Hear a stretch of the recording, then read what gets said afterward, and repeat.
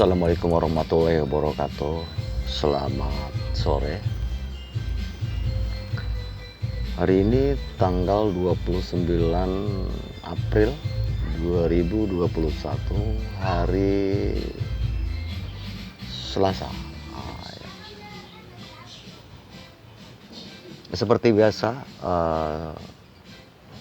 masih bersama Brebes Porang Kusno Al Raja di dataran rendah, 27 meter di atas permukaan laut, yang tak henti-hentinya kita berusaha berbagi dengan kawan-kawan petani porang di mana saja berada, terutama di dataran rendah, karena saya ada di dataran rendah.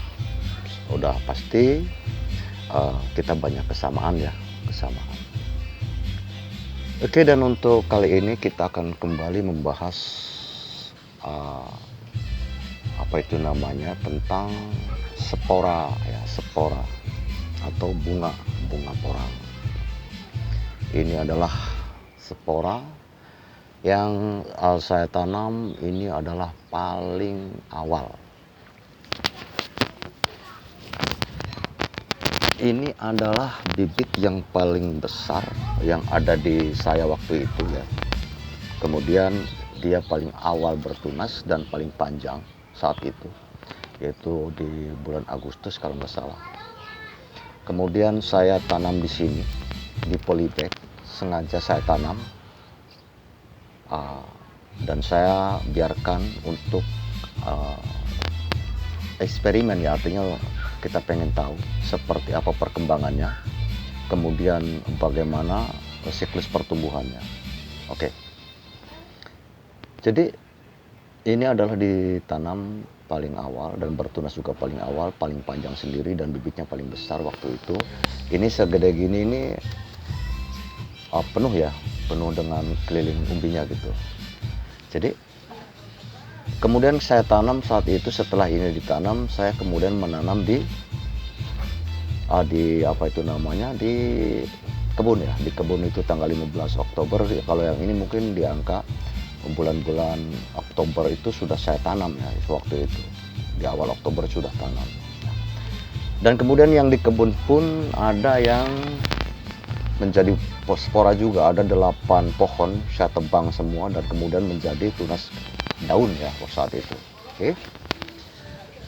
Dan ketika sudah jadi tunas daun, kemudian tumbuh dan berkembang semakin menua dan ripah. Nah, itu sudah ripah. Padahal ketika sudah tunas kemudian dipangkas, itu 20 hari kemudian baru bertunas kembali untuk menjadi tunas daun. Berarti ada selisih waktu yang sangat banyak dengan yang ini. Yang ini sementara awal Oktober ditanam, sementara yang di lahan itu adalah bulan Oktober juga, cuman pertengahan bulan Oktober. Dan juga kemudian saya ketika sudah jadi tunas, sudah menjadi tunas dan saya asumsikan itu sebagai tunas spora, saya tebang. Dan ketika ditebang 20 hari kemudian baru keluar lagi tunas berikutnya, itu tunas daun seperti ini ya gitu. Oke. Dan otomatis jedanya dengan ini adalah 1 bulan lebih untuk bertunas kembali menjadi tunas daun kan gitu. Nah, akan tetapi pada kenyataannya yang ini, yang paling awal kita tanam, ini masih seperti ini ya. Belum ada tanda-tanda penuaan seperti merah ya. Ini ada yang baru udah kuning nih. Nah, ini nanti finishnya itu adalah merah ya, warna merah. Nah, ini masih seperti ini. Dan sementara yang sudah di lahan, yang artinya tumbuhnya pun ada perbedaan selisih waktu antar 1 bulanan lebih ya, itu sudah ripah. Dan kataknya juga sudah alhamdulillah waktu itu banyak ya, dan besar-besar. Sementara yang ini masih seperti ini ya, seperti ini. Sangat lama ya. Jadi dulu kan saya udah pernah bikin satu videonya, yaitu mempertahankan tunas spora itu adalah rugi, saya bilang gitu. Nah, ini ternyata seperti ini ya. Yang lain sudah ripah, Ini yang paling awal belum apa-apa. Yang lain istilahnya umbinya juga sudah ada 6 kilo. Temennya ini ya 6,5 kilo waktu itu, ada juga 5 kilo, ada juga yang 4,5, variasi ya.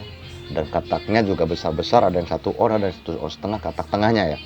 Dan juga ada yang banyak, seperti ada yang 75, ada yang 40, ada yang 60 kataknya. Sementara ini masih seperti ini. Ini adalah pembuktian saya. Karena waktu itu saya bikin video itu adalah masih bulan-bulan pertengahan ya. Pertengahan dari tanam ke ripah ya. Sementara sekarang sudah pada ripah dan ini masih seperti ini. Nah, ini adalah suatu pembuktian bahwa benar-benar kalau mempertahankan ini apel spora itu adalah rugi buat saya. Tapi buat yang lain itu monggo ya. Karena apa? Mungkin di kebun yang lain mungkin tidak seperti ini. Coba nanti tolong saya kasih pemahaman di komen ya, di kolom komentar bahwa apakah sama seperti ini, betapa lamanya spora itu kita peroleh apa itu namanya hasilnya.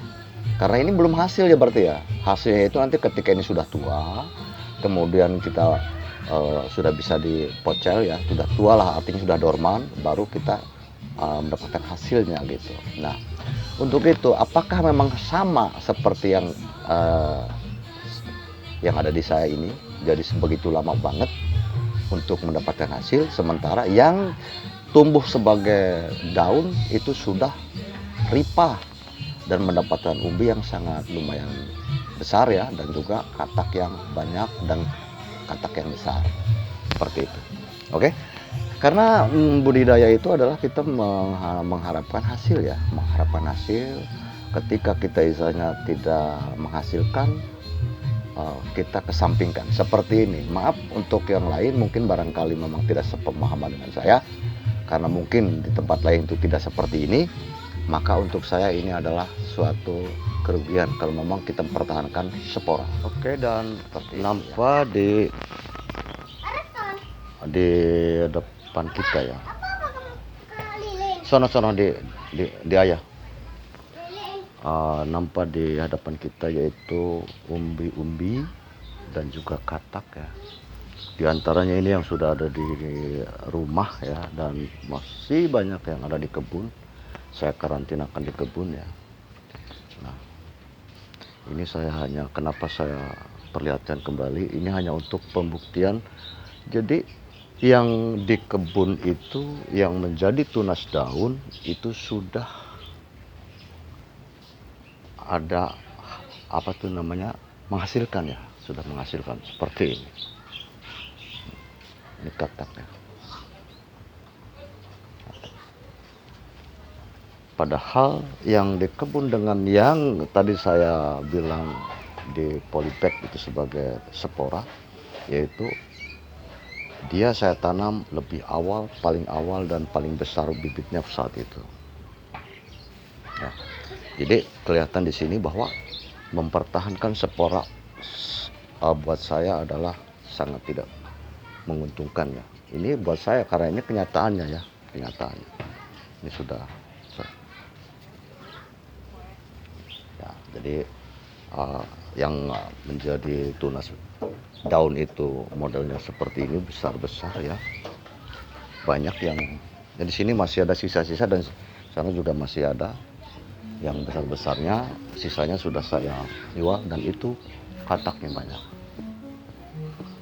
Jadi inilah satu pembuktian buat saya. Jadi kenapa saya bikin lagi ini video, karena memang waktu itu saya ada bikin video tentang mempertahankan tunas spora itu adalah rugi gitu. Nah, seperti itu. Oke, dan tak lagi banyak cakap ya, seperti itu saja. Yang penting intinya kita bisa memahami ya, kita semua memahami bahwa tujuan saya adalah memperbandingkan dengan tunas daun dan tunas spora. Ternyata tunas spora itu buat saya di sini adalah kurang menguntungkan, dan jika ada yang di kawan-kawan semua yang sedang tergabung, mungkin tolong dikomentarkan ya, jika memang tidak sama dengan di saya ini ya. Oke, mungkin nanti di sana mungkin lebih cepat, di pertengahan musim sudah dorman sepertinya untuk spora, bisa saja. Untuk itu silahkan dikomentarkan ataupun diutarakan di kolom komentar, dan kita buat sharing ya, buat diskusi, dan nanti buat kawan-kawan juga yang lain mungkin bisa mengikuti kenapa dan kenapa gitu. Oke, dan seperti itu aja. Assalamualaikum warahmatullahi wabarakatuh.